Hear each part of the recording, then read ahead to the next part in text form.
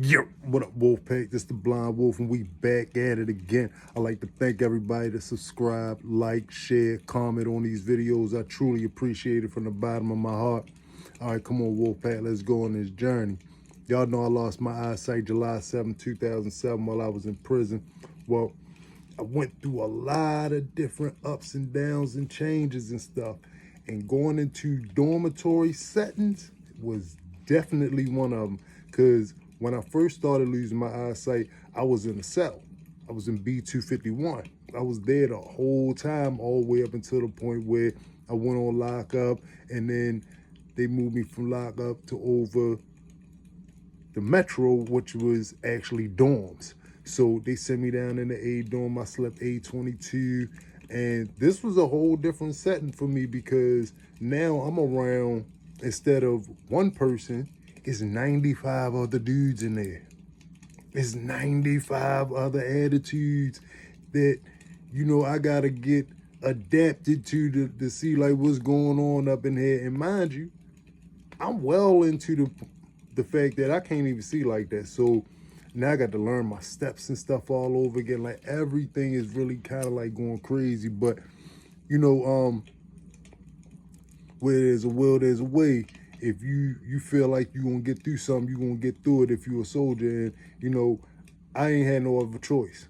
It wasn't like I had options on, well, I'm gonna go into the hospital and get treated right now. I'm not getting ready to be locked down and can't do nothing, can't see nobody, can't, even really get no outside activity like that. Nah, I can't be living like that. So, I did what I had to do, and man, I'm walking around and I'm trying to figure out exactly where my bunk is because I can't see the numbers on the bunks and stuff like that. So I figure out, all right, boom, I'm second from the corner. I just got to make sure that I don't walk up in their cube because everything was in cubes. It was 3 bunks to a cube. One bunk sits on the left side if you walking towards it by itself, and then you got 2 bunks on the right, and then it's a wall, and then they keep doing the cubes like that, so forth and so forth, all the way around the dorm.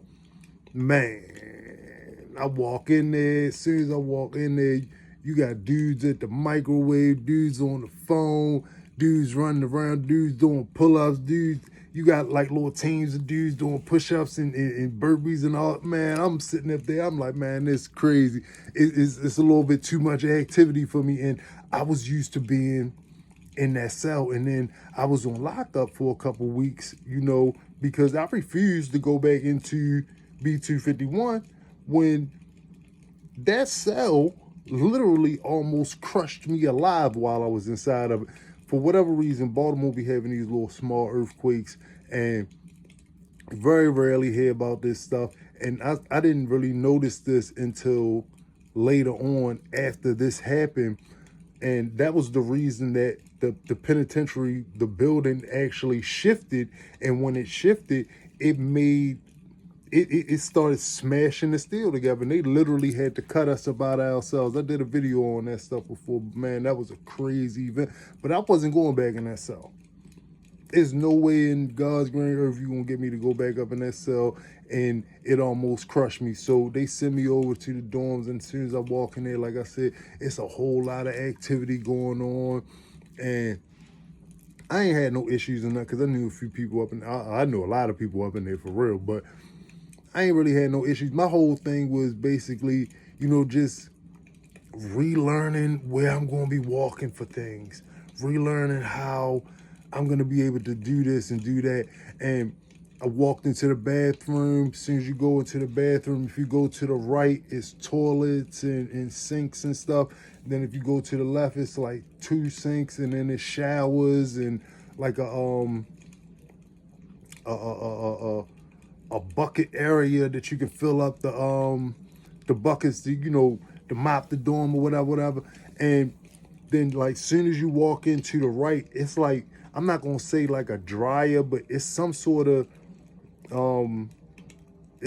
machine right there.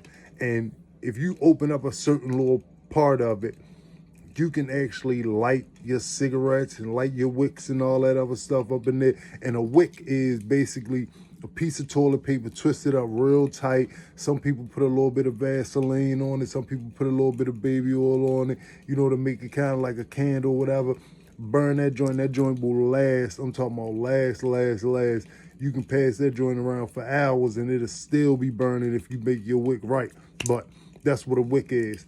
And man, dudes had it going on up in there, man. I'm walking around like, I'm like, man, it's like I'm down, I'm downtown Baltimore. Everything is everywhere. It's live in there. You got dudes with boom boxes. You got dudes with TVs and, the TV in the day room, and then dudes freestyle. It's just a lot going on. But mind you, you got to take into consideration, I'm going up into this joint and I can't really see my hand in front of my face. So now I got to relearn my steps on how to get to the yard, how to get to the cafeteria. But once again, this is the blessing in, being a good dude and having some brothers that really had my back and made sure that I ain't really go through too many, issues on my own, where as though I was stuck anywhere or I was in a bad situation. Because after a while, you get to noticing, that it's some things going on with people. And normally dudes don't come up to you and ask you no personal, stuff like that. But if they see you walking into stuff, they see you trying to calculate your steps, your man gonna come up to you like, yo, what's going on? Yo, can you see what's going on in front of you? Because it looked like you can't see. And I went through that. I went through that whole era, but it wasn't something that broke me. It was something that I'm going to say, made me really realize that I can't hide this. I can't hide this at all. But I'm in a land full of wolves, and I still got to survive.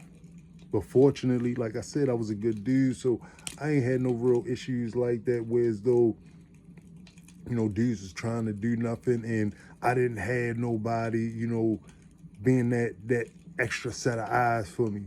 I always had that kind of sort of around me. Even when I moved from prison to prison, I kind of always had that instantly, because I knew people everywhere. It seemed like everywhere I went at, somebody I knew. And my name in prison was Red Dog. Every time I turned around, Red Dog, Red Dog, Red Dog. And very rarely would I hear like Red Stokes or Reggie Noble. Like they a couple of my nicknames as well. And very rarely would I hear these things, but every now I would hear them. And these is dudes that I would know from uptown. That's a little bit more close-knit to the person that I was before I started losing my eyesight. And the first thing they always say is, man, yo, what's going on? Yo, what happened?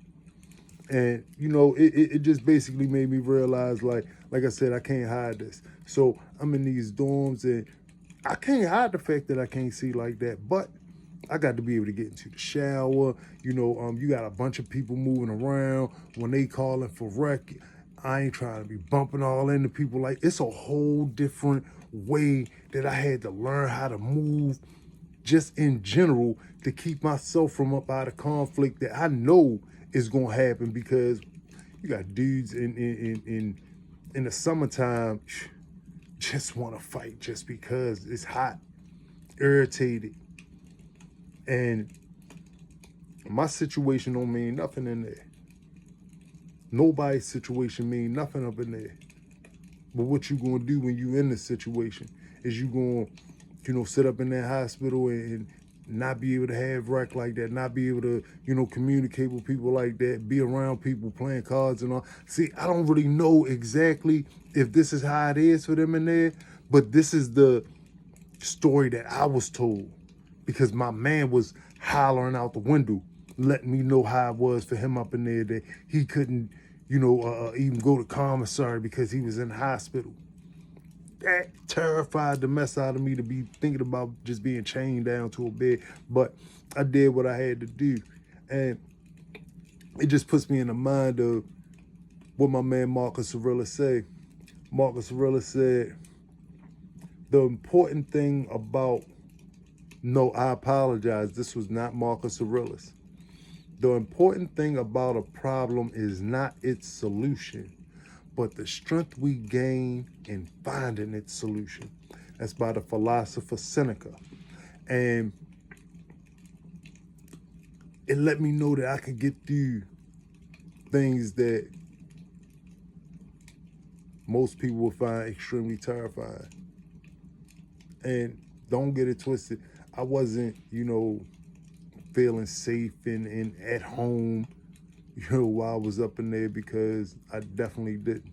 But I made it through a situation that let me know that it's not nothing out here that's gonna stop me. So I say these things to say, no matter what your situation is, don't let nothing stop you. Life is gonna come at you in many different ways. And it's basically up to you to determine whether or not you're gonna be a caged animal or you're gonna soar with them eagles. And I refuse to be the type of person to sit back and just allow myself to be a caged animal. I'm gonna soar with them eagles. I'm gonna run with the wolves, because I'm a wolf, and that blind wolf.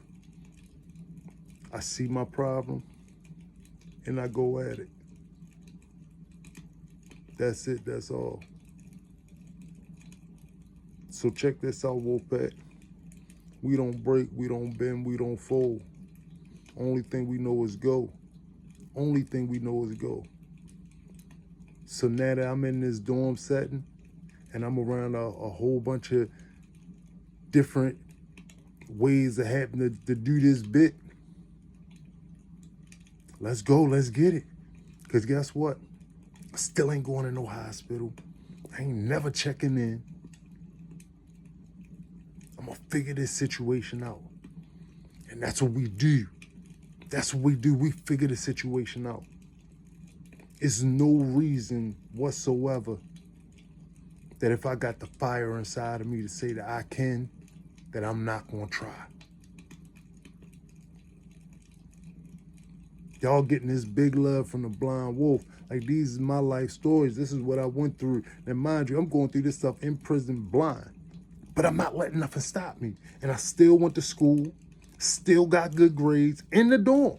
So I got a chance to relearn my steps all over again, and I'm talking about literally counting my steps from one place to the next. But nothing stopped me. And that's the moral of this. We that blind wolf, we out here getting it. You heard me? We getting it. We ain't letting nothing stop us. We gonna keep rocking and keep going forward, because that's what we do. I want y'all to always remember, stay strong is a part of our bloodline. Staying strong is a part of our bloodline. So we ain't got no fold up in us. We ain't got no surrender up in us. We only got that let's go. So let's go, let's get this on Wolfpack. Now, like I told y'all, at the beginning of the month, we're going to be coming up with these yoga classes early in the morning, getting the body stretched out, ready for the day so that we can do some positive, good things for our bodies. And we're going to keep them 5 P's in mind: proper plan to prevent poor performance. We're going to do what we had to do to make sure that we have the best bodies possible from here on out, if y'all willing to come and work out with your boy. Because I really want people to understand. I went through a lot when I got shot. They told me I wasn't going to stand up straight no more. I'm very flexible. I'm very strong. I work out on a regular basis. And I did not believe in what the doctors told me. So once again, it goes back to what I was saying to you before. Believe in yourself. Blind wolf believe in you. It ain't nothing that we can't do if we put our mind to it. Big love coming from the blind wolf. 410, we in the building. Yo!